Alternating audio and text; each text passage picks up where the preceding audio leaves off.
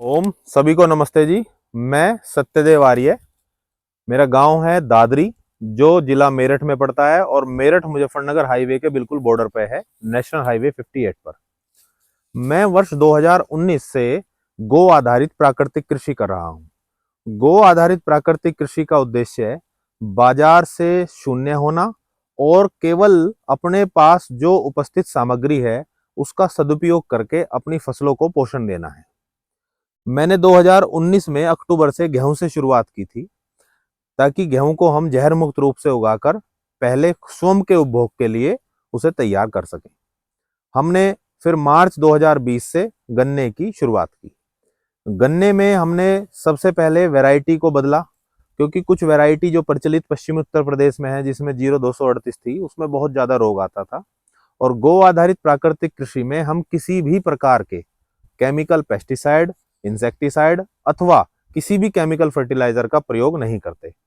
और इसी श्रृंखला में हमने निर्णय लिया कि हम COJ88, जो गन्ने की वैरायटी है, जो आप मेरे पीछे देख सकते हैं, ये गन्ने की वैरायटी COJ88 है और हमने इसकी बुआई का कार्य शुरू किया।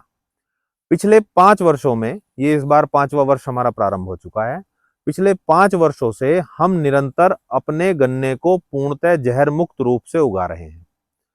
अब प्रश्न ये उठता है कि जो सामान्य रोग आते हैं या पोषण देना होता है, वो किस प्रकार देते हैं।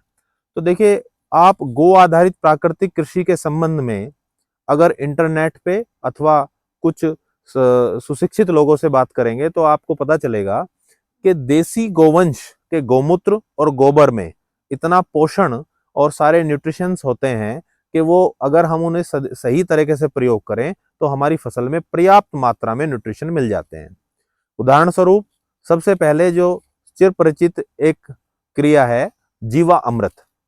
जीवा अमृत एक ऐसी विधि है जिसमें 200 लीटर पानी में 10 लीटर गोमूत्र, 10 किलो गोबर और 2 किलो गुड़, 2 किलो बेसन और एक मुट्ठी ऐसी मिट्टी जिसमें जीवाणु युक्त, जीवाणु ज्यादा होते हैं, या तो बड़ के पेड़ के नीचे की या पीपल के पेड़ के नीचे की मिट्टी हो, या फिर आपके खेतों में 4-5 साल हो चुके हों और उस मेढ़ की मिट्टी ले लो ऊपर की, क्योंकि बैक्टीरिया जो होते हैं वो मेढ़ों पे अर्थात डोलों पे ज्यादा रहते हैं। तो आप उस मिट्टी को डालकर 5 से 6 दिन उसका फर्मेंटेशन होने दीजिए, बार बार उसे हिलाते रहिए।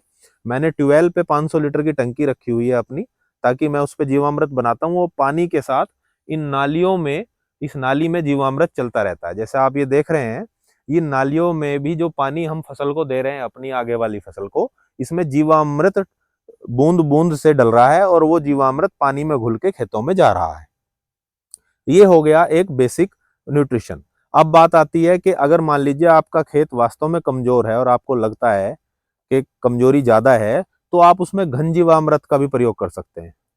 उसके बाद मान लीजिए कोई कीटनाशक है, तो आप उसमें ब्रह्मास्त्र, अग्नि अस्त्र का प्रयोग कर सकते हैं।